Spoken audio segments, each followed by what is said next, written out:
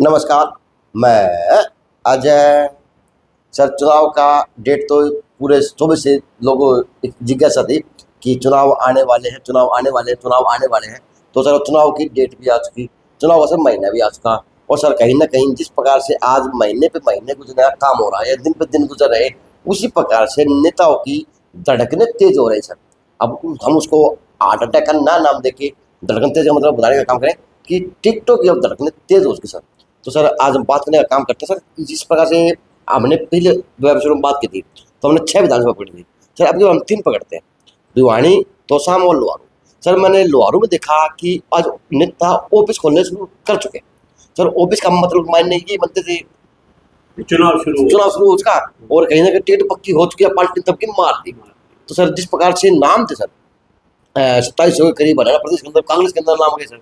Sir, Bhajpa के अंदर भी लंबी लिस्ट थी सर, कोई जा रहा था, कोई आ रहा था। लेकिन सर, जिस प्रकार से एक ही विधानसभा, अगर भिवानी विधानसभा की बात करें, सर 15 से 20 नाम थे सर। लेकिन सर, अब आते आते आते आते 3 सितंबर के दिन की अगर बात करें सर, तो 2-3 नामों पे सर पार्टी भी अटक गई, और सर सोशल मीडिया भी अटक गया। और कहने से अब कयास लगने शुरू हो गया। आज 3 तारीख के करीब 7:05 हो चुके सर। लेकिन अब ये है कि भिवानी में टिकट उसको मिल गई सर। तो क्या पैमाने मानने सर, तो टिकट मिल चुकी सर। आप सूत्रों के हवाले से खबर चला सकते हैं सर। तो सर, ऑफिस बना रहे सर, उनका क्या माहौल है, उनको टिकट पहले मिल चुकी थी, किस प्रकार की बात है सर? भिवानी से देखो, भिवानी में अभी टिकट को लेकर असमंजस है जी सर। आज तक, क्योंकि जो पहले हाई पावर स्क्रीनिंग कमेटी थी, जिसमें धर्मेंद्र प्रधान जी और मनोहर लाल जी और विप्लव देव पूनिया सभी बैठे थे, लेकिन इन्होंने जो खाका तैयार किया था भिवानी का, उसको भिवानी क्या पूरे हरियाणा का जो इन्होंने सीटों का खाका तैयार किया था, उसको अमित शाह जी ने आउटराइटली रिजेक्ट कर दिया 30 तारीख। उन्होंने कम से कम ऐसे था कि 15 से 20 सीटें ऐसी थी जो अमित शाह जी के गले नहीं उतरी। उन्होंने, अमित शाह जी ने, हमारे जो सोर्स हैं वो ये बताते हैं कि सीधा मना करने की बजाय सेंट्रल इलेक्शन कमेटी में ले गए इनके पैनल में, वहाँ मोदी जी की मौजूदगी में वहाँ मना हुई है। वहाँ राव इंद्रजीत ने भी बड़े गंभीर आरोप लगाए मनोहर लाल जी पे और उनकी टीम पे, क्योंकि जो पहली स्क्रीनिंग हुई थी उसमें मनोहर लाल जी हावी थे। ये माना जा रहा था कि जो मनोहर लाल जी जिनको नहीं चाहते या जिनको चाहते हैं उनको टिकट मिलेगी, जिनको नहीं चाहते टिकट नहीं मिलेगी सर। आज भाजपा पार्टी के अंदर भी घमासान शुरू हो चुका है। पूरा पूरा पूरा जिस तरह कांग्रेस में घमासान भाजपा। तो जब वो स्क्रीनिंग सेंट्रल इलेक्शन कमेटी के पास लेके गए पूरी सूची, तो वहाँ आपस में काफ़ी तू तड़ाक भी हुई है और आरोप भी लगे हैं। तो अमित शाह जी बड़े समझदार पॉलिटिशियन है, उन्होंने अपने लेवल पे नहीं काटी, उन्होंने सीसी में ले जाके ये कटवा दी सारी, और कह दिया अभी दोबारा से आप 15-20 सीटें जो हैं इन पे दोबारा मंथन करो, और जो सर्वे उनके पास था उससे मैच करता है या नहीं करता, मेरे पास वो लेके आओ।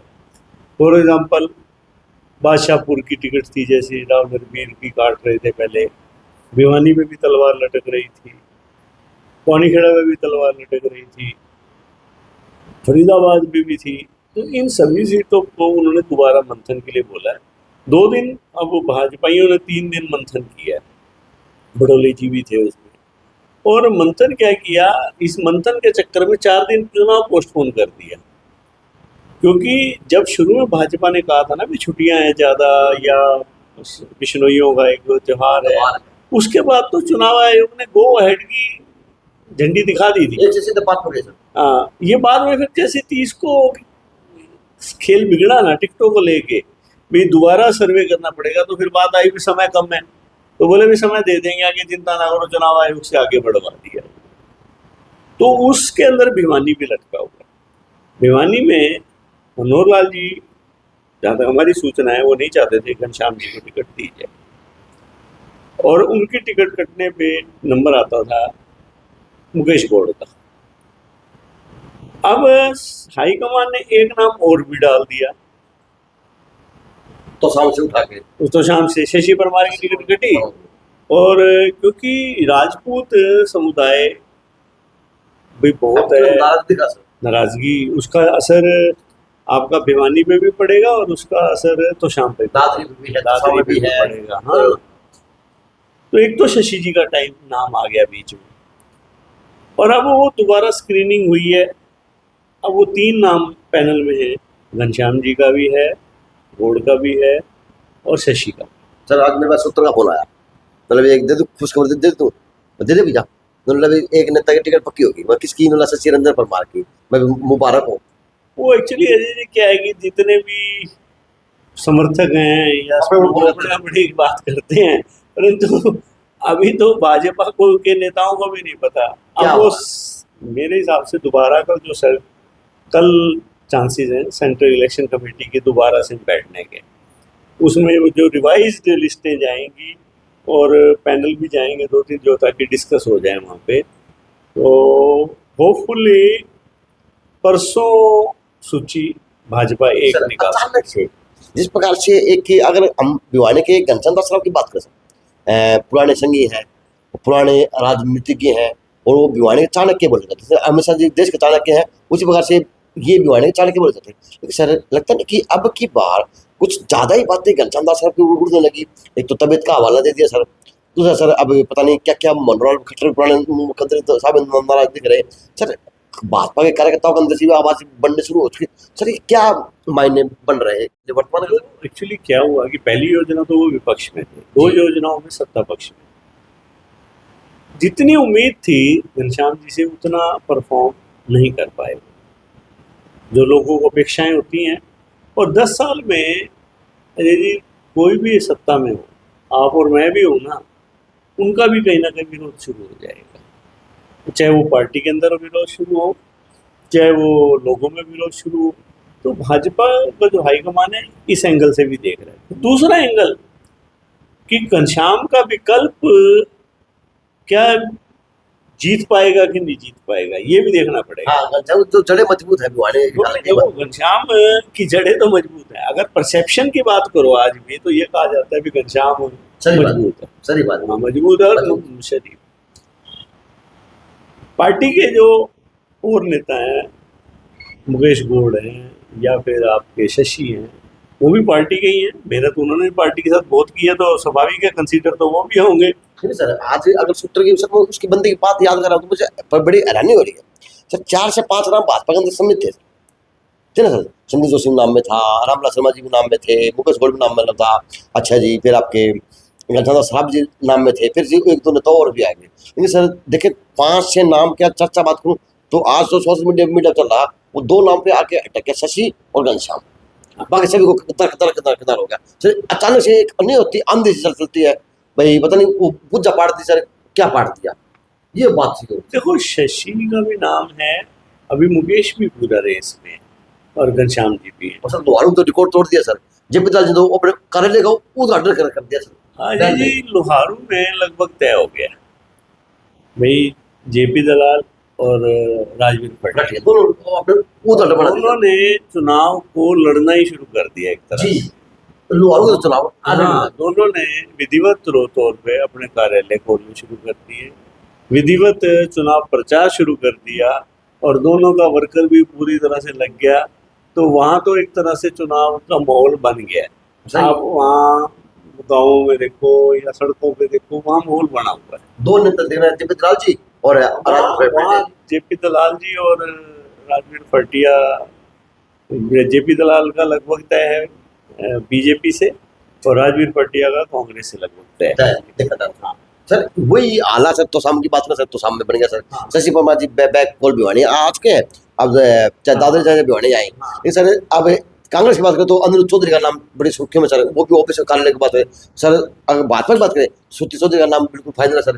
तो इनको ऑफिस भी पता नहीं खुले नहीं खुले, लेकिन ये कि इनका काम ऑफिस जैसा काम चलना शुरू हो उसका।